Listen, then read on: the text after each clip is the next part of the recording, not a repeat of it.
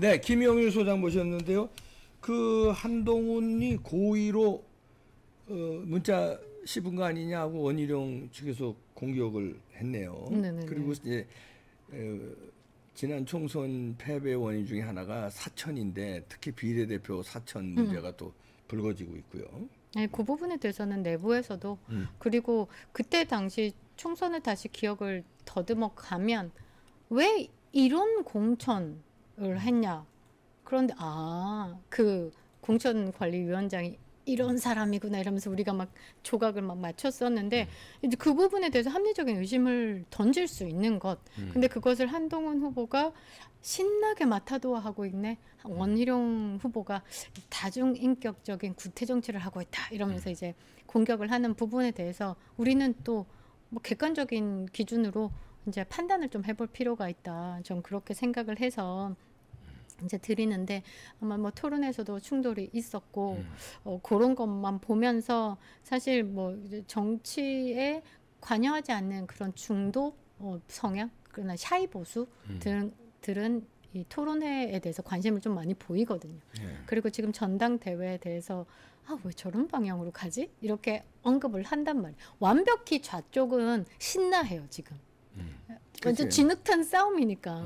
쪼개지고 있는 게 보이니까 얼마나 즐겁겠어. 즐거워요. 그러면서 이제 자기들끼리 내기도 막 하더라고요. 그러니까 박지원 같은 경우는 이제 얘기했잖아요. 50% 못 간다. 결선 투표 가서 한동훈이 진다라고 이제 방송에 나와서 이야기를 했고, 뭐 이준석 같은 경우는 이제 한동훈이 당대표 되긴 된다. 이런 식으로 이야기를 하고, 지금 좌쪽 사람들은 이렇게 보면서 되게 재밌어 해요. 근데 이게 그들의 잔치가 아니잖아요. 이 전당대회는 국민의힘의 당원의 잔치예요. 아니요, 민주당의 잔치가 됐어요. 근데 지금은 민주당의 잔치가 됐고 이 전당대회가 아니라 분당대회. 그 정도로 지금 진흙탕 싸움을 하고 있다. 한동훈이 제가 계속 얘기하는데 한동훈 후보가 돼도 문제, 안 돼도 문제. 지금은 안 돼도 문제보다는 되면 문제라는 게 제가 해석을 하고 있는데 이제 막 그냥 뭐 루비콘 강을 건넜다라고 하잖아요. 그러니까 윤석열 대통령과의 관계는 수평적 당적 관계, 당정 관계 이런 건 없을 것 같습니다. 그냥 네가 죽나 내가 죽나. 근데 한 측관이 그렇게 얘기했잖아요. 누가 죽는지 한번 보자. 그런 식으로 싸우는 거는 저 민주당을 보고 싸워야지. 왜 내부를 가지고 누가 죽는지 한번 보자라고 이야기를 하면 그건 이미 끝난 판이라고 봐야 되는 거고 당심이 결정을 해야 된다라고 봐야 되는데 원희룡 전 장관께서 이 사천에 대한 문제가 분명 있다. 그거 짚었어요. 네, 짚었는데 거기서 약간 말 실수가 있었죠. 뭐 가까운 집안 사람들의 뭐 이런 그거를 갖고 이제 물고 늘어지기 시작을 하는데 집안 누군지 이름 대라 이렇게 뭐 그런 식으로 그러니까 총론으로 공격을 안 하고 강론으로 공격하면 좌파들은 강해요.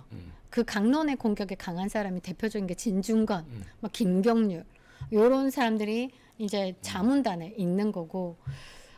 그런데 이제 거기에 조금 원희룡 전 장관 후보가 약간 이거를 이제 말하면 이제 법적 다툼이 되니까 무조건 법으로 가잖아요. 한동훈 후보는 결국 다 법으로 해결하려고 하는데 이제 법으로 자기가 법무부 장관 때 해결 못 해놓고 무슨 정치하면서 법으로 해결하려고 그래. 법무부 장관 때 이재명, 문재인 하나도 잡아 쳐놓지도 못하고선 뭐 사형수들도 하나도 집행 못 해놓고 무슨 법으로 하자고 그래 맨날. 그러니까. 근데 이걸 갖고 이제 강론으로 원희룡 후보를 공격을 하는 거예요. 다중인격적. 이런 단어는 되게 세게 공격하더라고요. 다중인격이라고 어떻게 아무리 원희룡과 지금 뭐 라이벌 관계지만 어떻게 다중인격 그 인격 파탄자라는 얘긴데. 그럼요. 그쪽은 그쪽이 아니고 저쪽 이재명 쪽으로 가야 되는데. 이재명 공격할 때 이런 걸 써야지. 그러니까. 왜 원희룡 공격할 때 이런 걸 써? 그러니까 제가 계속 말씀드리잖아요. 이게 약간 계속 한동훈을 보면 뿔때 쓰는 이준석이라고. 그러니까 내부의 공격을 너무 강하게 해요. 정작 공격해야 될 곳은 외부인데. 그리고 구태 정치라고 정확하게 이야기를 해버리는데 이런 게 워딩이 이거 이제 그 문자 헤드로 남으니까 국민들이 봤을 때 둘이서 신나게 싸우구나. 구태 정치 또 나왔다. 이거 구태 정치 이런 말 제일 잘 쓰던 게 이준석이고요. 수평적 당정 관계는 누가 썼냐? 아시죠? 김무성이 썼습니다. 김무성. 그리고 국민 유승민. 눈높이 이야기를 처음 한 사람이 유승민입니다. 유승민. 그러니까 그거 세 개를 싹 짬뽕하면 수평적 당정 관계를 위해서 국민 눈높이를 잘 읽겠다. 그래서 구태 정치를 청산하겠다. 한동훈 입에서 이 세 개가 줄줄줄 나오고. 종합판이네. 김무성 플러스 유승민 플러스 이준석 플러스 다 이렇게. 네네네. 그러면서 이제 한동훈 후보가 원희룡 후보에게 늘 오물 끼얹고 도망가는 방식이 원 후보가 말하는 정치 경험이냐 그런 건 배우고 싶지 않다라고 비꼬았습니다.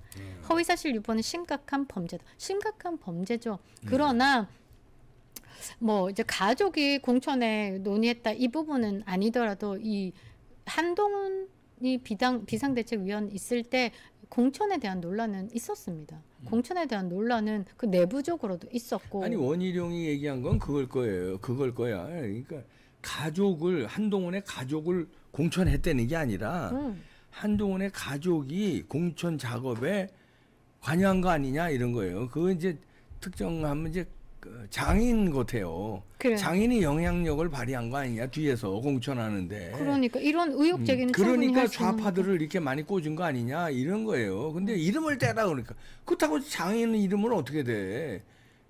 나는 그렇게 해석해요. 근데 뭐 누구를 가족을 공천을 줬다는 게 아니라 공천하는데 가족이 뒤에서 영향력을 행사했다. 그게 장인 아니냐?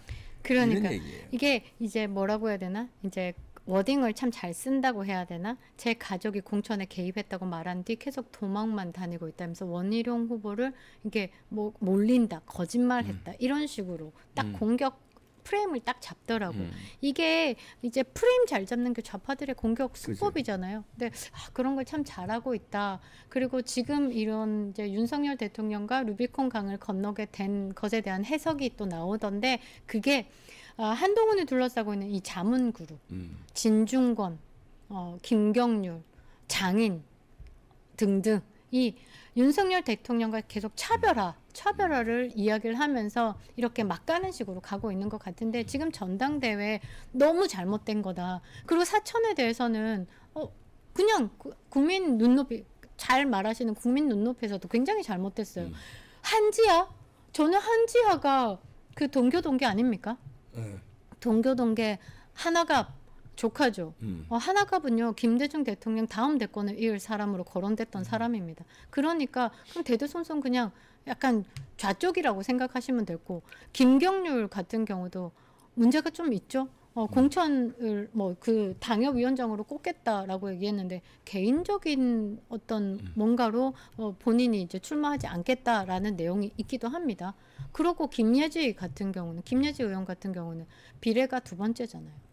비례 한번 지난번에 했으면 이번에 지역구를 내보내든가 그렇죠. 아니면 뭐 다른 일로 써야지 또 비례를 주는 거는 그것도 당선권에. 당선권에. 그리고 김예지 의원 같은 경우는 유승민 일대 비례 공천으로 의원이 되셨죠. 이번에는 한동훈 이 비례 공천 2번을 줬습니다.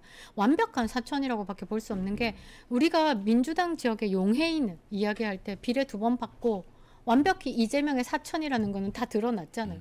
그러면 비례 2번을 똑같은 선상에서 봤을 때 김예지 또한 비례 2번째가 한동훈의 사천이 아닐까 궁금합니다. 그리고 강남 3구의 그 8개 지역구에 2명이 조선 TV 앵커 출신이죠.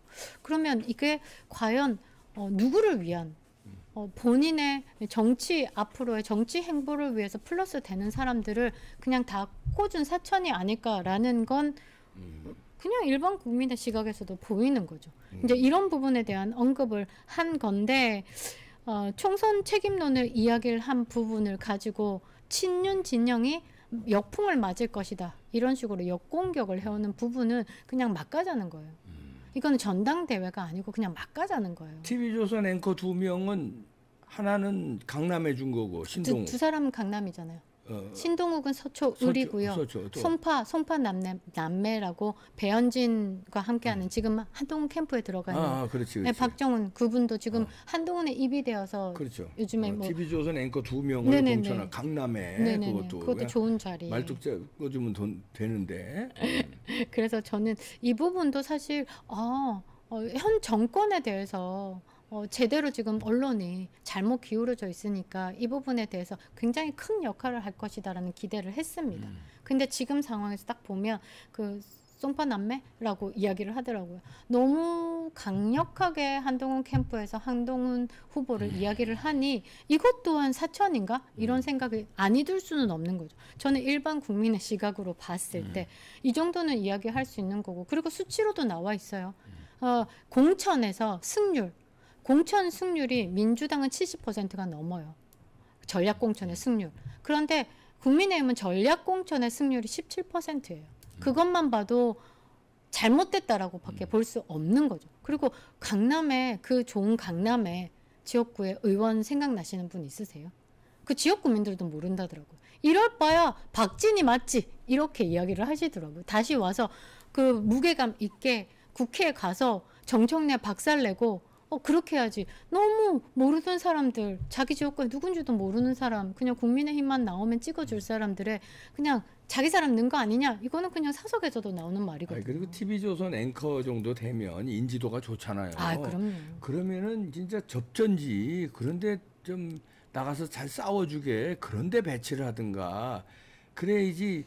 박빙 지역 같은데. 그러니까. 강남은 아무나 나가면 되는데 그런 때는 좀 당을 위해서 헌신할 사람을 내보내고 이 좀 인지도 있고 파이팅 넘치는 사람은 저 접전지에 좀 투입을 시키고 이래서 좀 아리까리한 데를 먹어오고 강남은 누가 돼도 되는데 거기를 왜 TV조선 앵커를 아깝게 썼게. 그거는 우리가 의심하는 게 조선일보 TV조선이 한동훈과 특수관계에서 이렇게 뭐 배당을 해줬나 이렇게 우리가 의심을 한단 말이에요. 그리고 그렇잖아요. 다른 아까운 사람을 왜 그런 데 쓰냐고. 그러니까 또 다른 분들과의 대화에서는 어떤 게 나왔냐면 이준석 손절하더니 그 다음은 한동훈이구나.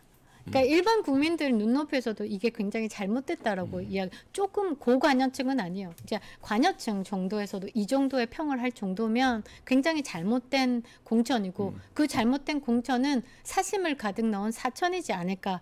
그리고 이제 한동훈 후보가 이제 줄서기 등 윤상현 후보가 저는 저번 토론회에서 굉장히 잘했다라고 보는 게 다 잘못된 부분을 하나씩 지적을 했어요. 그러니까 나경원 후보도 능숙하게 잘 하셨는데 윤상현 후보가 아직도 기억 남는 게 뭐 정치 잘하고 이걸 다 떠나서 인간이 돼야 된다. 저는 그 말이 제일 잘하신 것 같고 이기심과 사욕을 위해서 당원 줄 세우고 개파 정치하고 이 썩은 풍토 당에 뿌리 깊게 하는 거 누구다라고 정확하게 이야기는 안 했지만 저 중에 한 사람이다. 많은 국민들 그리고 당원들께서는 많은 깊은 생각을 좀 하셔야 된다. 돼도 문제 안 돼도 문제라면 계륵이거든요. 이거는 당에 있으면 안 되는 존재라고 밖에. 우리가 그동안에 이준석에 대해서 얼마나 힘들었습니까? 또 다른 이준석을 볼 필요는 없지 않습니까? 네. 잘 정리해 주셨습니다. 김명윤 소장이었습니다. 고맙습니다. 감사합니다.